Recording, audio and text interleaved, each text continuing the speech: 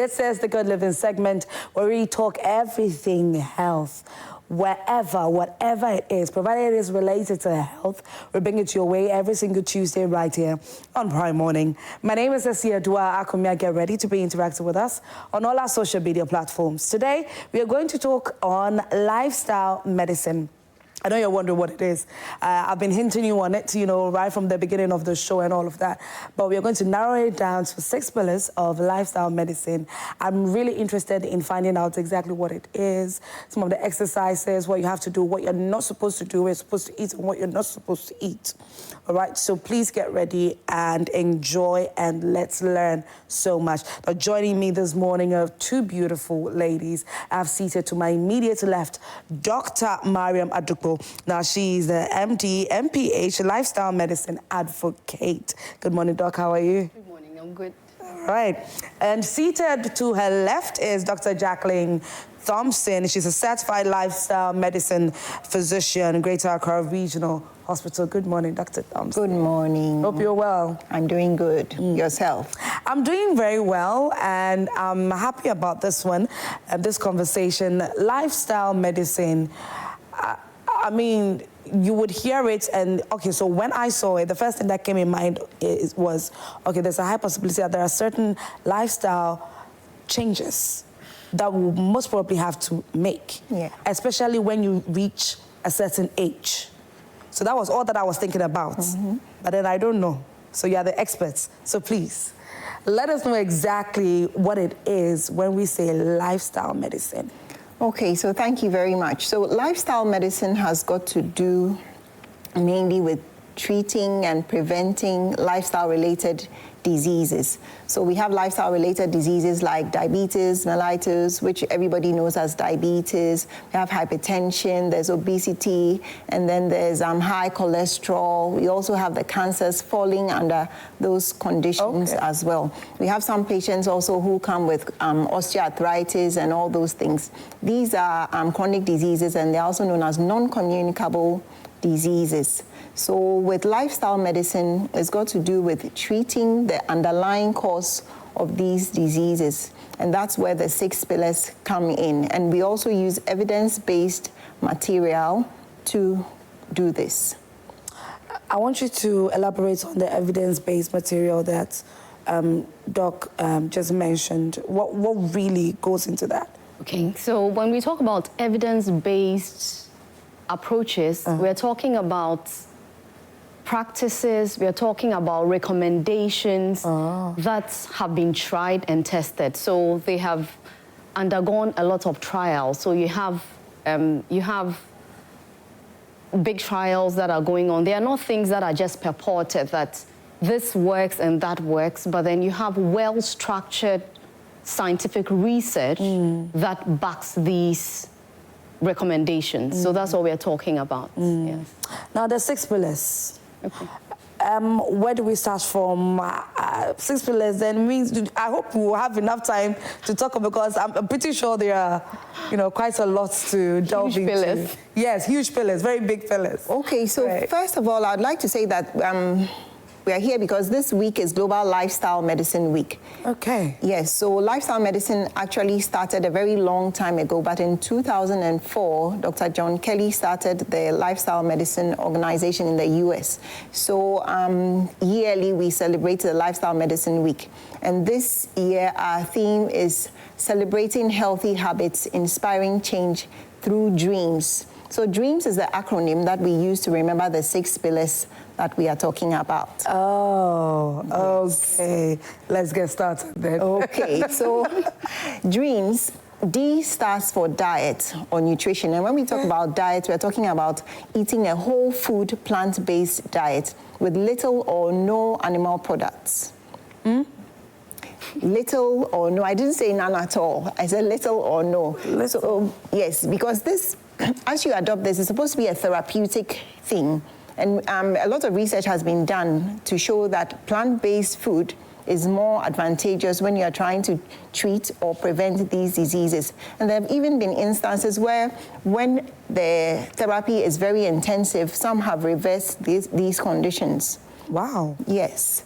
So when we talk about the whole food plant-based, we're talking about eating whole grains. We're talking about eating less processed foods. So whole grains like wheat, sorghum, soy, etc. Those things, that's what we should be eating. And in times past, that's what we were eating. When we were growing up, we were eating more of those kinds of it's like porridge. now you barely even see people patronize these on the market. Yes. It's quite alarming. Yeah.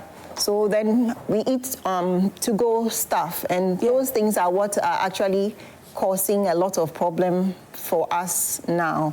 So we are advocating that you eat more of these whole grains, eat more fruits and vegetables, eat more beans. Okay, so those are the natural things that you will eat. Even if you want to have some animal products, you want to eat some meat, it's better you go for the lean meat. You take off the fat, you go more for chicken or turkey or, the white meat, and then do less or none of red meat. We're talking about the pork, and every time I say that, people are like, oh, we can't give that up. Dr. Thompson, you want to deny some people of enjoyment. Yes. My goodness. So pork, beef, goat meat, etc. You do much less of that because there are certain people who would do 2 times or 3 times of eating, red meat throughout the week. Can you please elaborate on what really is it in these red meat that is like the foundation to the reasons that we shouldn't eat them or have little? Okay, so red meat has been found to have a lot of saturated fat in there, and saturated fat is not good for our body. Everybody thinks that, meat is equal to protein. Yes. But most of our foods actually contain all the major or the macronutrients. But then when you take one particular thing, it's a little bit of everything that's in there. So when you take meat, it's actually a lot of fat in there that we have, and the protein is not that much. So then if you're taking it more, then it tends to be detrimental to your health. So you think that you're consuming protein, but you are consuming little of that protein from the red meat that you are eating. Yes. So you are only enjoying the taste. Yes. And getting little protein. Yes, because it tastes quite good. It does. Yes. It really does. Yes. You get some fufu and some goat meat. Yeah. You're good to go. Yeah. This is serious. Yes. So it's the same for pork as well? Yes, the same for pork. Okay. The same for goat meat, cow meat. Cow meat. Yes. Hard. So in a week, let me come to Dr. Adipo for this one. So in a week, for somebody who can't necessarily, it will be quite a hassle to say that, I'm going to do away with meat and all of that. What would you advise would be the portion that you can take, let's say in a week? Okay, so behavior change is a process. Okay. And so when you have a patient coming in and you find out how their diet is, you get to know that probably they take meat with almost every meal, every heavy meal. Welcome to Ghana. Then it's important that you let them understand the risks. Yes. Yes, of course. Weaning somebody of something they have been doing almost all their lives is difficult. And you may end up having the patient actually run away and never come back. But we need to gradually wean the person off. So it's about looking at what you eat and tweaking it. So let's say you take 3 pieces of meat, and let's say maybe it's, if you put it all together, it fills your whole palm. Okay?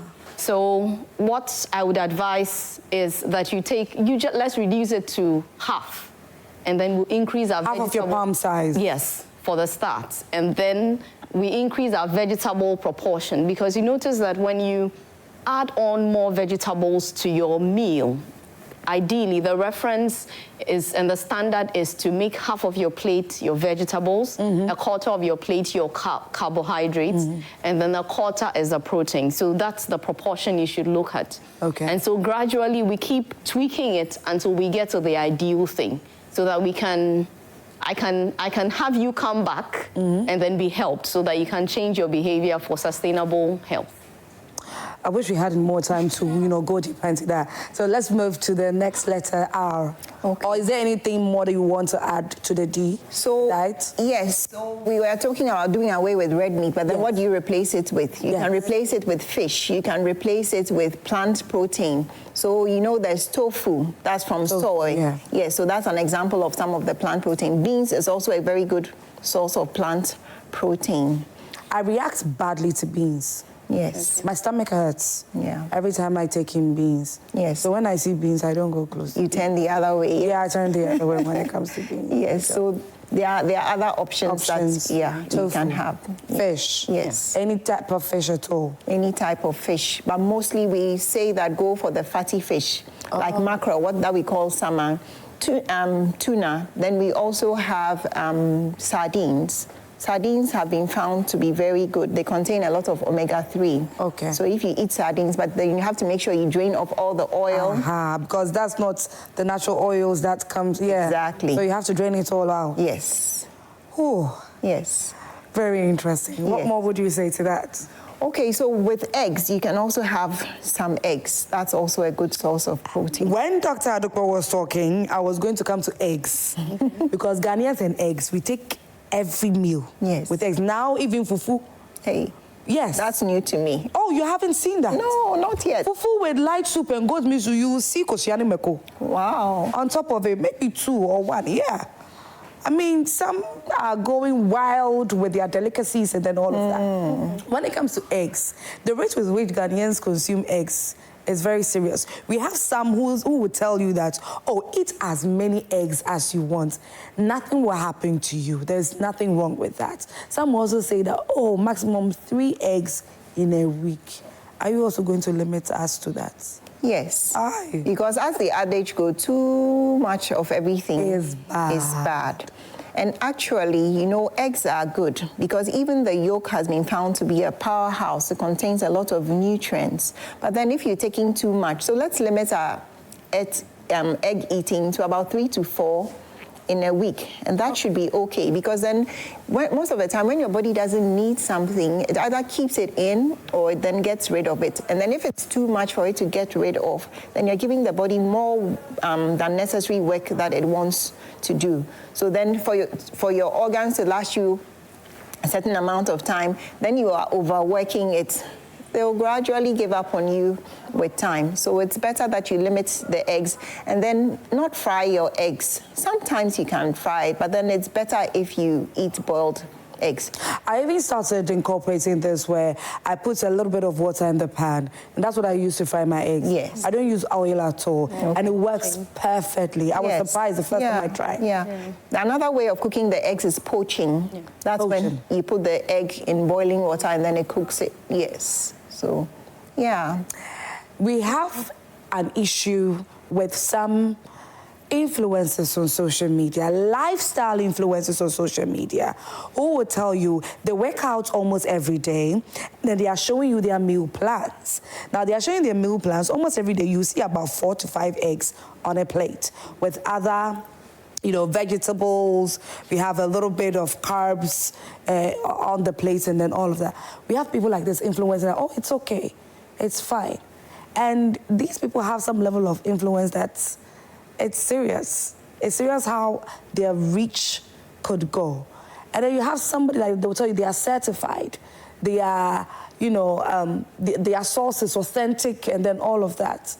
So if I'm working out, I know I'm working out, I'm consistent with my workouts and then all of that.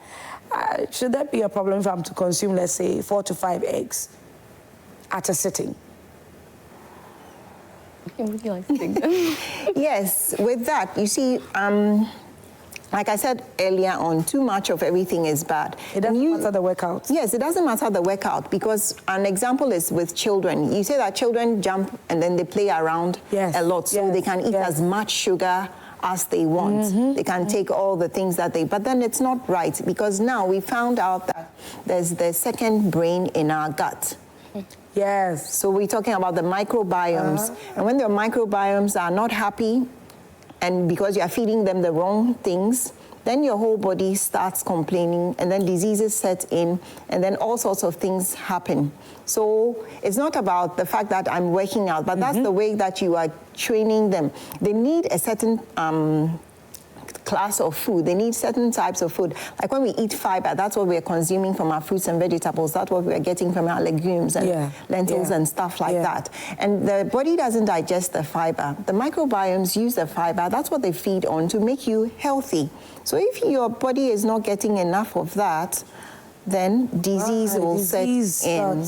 Yes. Okay. So sometimes you have abdominal pain because your tummy is not getting your gut is not getting the exact food that it needs because you fed it all the wrong things. So then the bacteria in there are just complaining, and that's what will manifest as the abdominal pain. That's what will manifest as the constipation. That's what will manifest as the diarrhea. You have irritable bowel, etc., etc.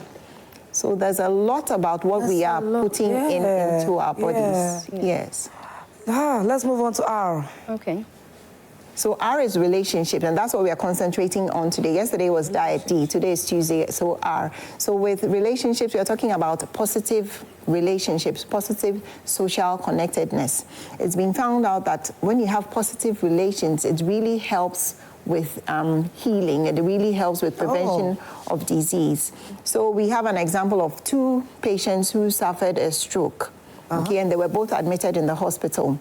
One had the relatives coming to visit him all the time, and the other once in a while, and then later on they abandoned him. The one who had the relatives and friends coming to visit got better faster and went home earlier, and the other guy was still in the hospital. So when you relate to people, when you have your family and friends, when you are joyful, when you laugh a lot, laughter is medicine.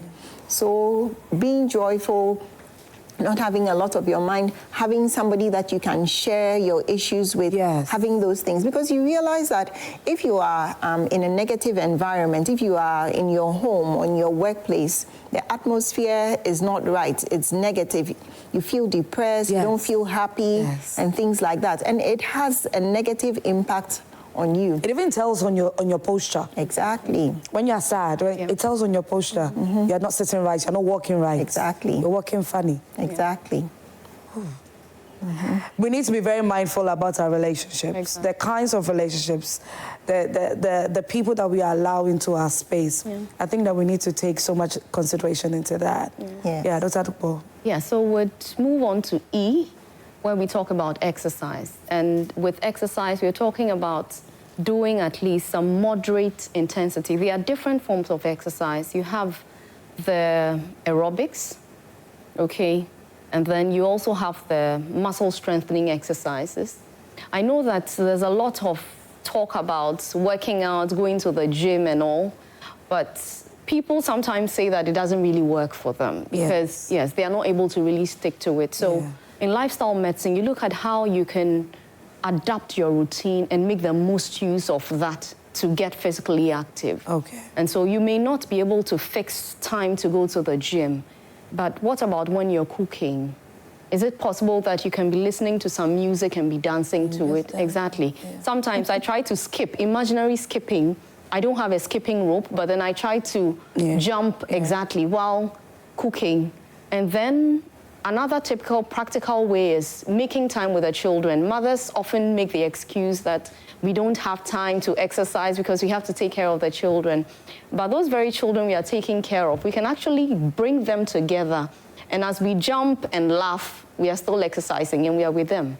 So there are several ways we can actually park the car maybe at a distance and maybe you walk a certain stretch or do driving for some time and walk the other time. So there are little ways that we can steal some exercise regimen into our routine without going to the gym if we cannot make it.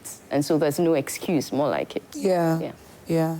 Okay, so moving on to A. We actually pressed for time, so unfortunately I'll have to rush this one. Then A? Yes, so A is avoiding risky substances like cigarettes, and then tobacco, and then alcohol as well. So you have to avoid them. Now we are saying that no amount of alcohol is safe. And then if you smoke, you need to stop. Yes. So, yeah, that's, and then also there are certain drugs that people abuse, okay? So there are certain medications. We are talking about what we had recently. Is it red? There's tramadol, there's morphine, there's pethidine, and things that people are abusing. So it's not just about the illicit drugs, the cocaine and the marijuana and stuff like that, but prescribed drugs that people are also abusing that are causing harm to them. These are things that you need to, we advocate that our patients stop using them when we encounter them. Okay. Yes. All right, and then? Okay, so we talked about, yes, M. So M, we're talking about mental wellness, okay? So with mental wellness, we're talking about making sure that we are sound in mind. And you remember that a sound mind lives in a sound body. Yes. Okay, so we cannot eat just anything at all and think that would have good mental health. Studies have linked depression, anxiety, stress to even intake of certain meals. It's been found that, yes, so I personally conducted a research, so that was with my master's, my dissertation in the School of Public Health, yes, and I found that those who were less stressed were people who were actually taking in more vegetables and fruits, yes. And it was quite a significant finding, right? And it actually adds on to what has already been found. So stress management is a very important thing. And for me, it's one thing I'm very passionate about because especially the everyday stress, a little at home, a little at work, a little on the road, the same one and the same person wearing different hats. So it's something that we need to actually manage well. And so that is one thing we are very, very passionate about. If you're able to manage your stress, when your doctor talks to you, you'll be calm and hear them out. And then you probably would even be able to retain what they say so that you would be able to do it. But if you're stressed, you'll be snapping at your children at home, you don't have good relations at work, everything is messed up. Anybody can easily anger you on the road when you're driving. Exactly. And you're reacting to almost everybody that comes around you. Exactly. So managing stress is a key ingredient when it comes to lifestyle medicine. And then for our setting also, regular health checks. That's another thing that would have to put under the M so that we maintain good health because we're always waiting for sickness to knock at our door. We are doing sick care instead of doing health care. And so it's something that we need to look at. All right, so quickly the S, because we have to go. So S is sleep, and we're talking about having restorative sleep. The other time someone was asking me, but what's the difference between sleeping and resting? Aren't they the same thing? But if you can sleep and then when you wake up, you still feel tired. So we're talking about, yes, you have to feel rested when you wake up, and that's about having restorative sleep. So it's about the amount of sleep and then the quality of sleep that you have.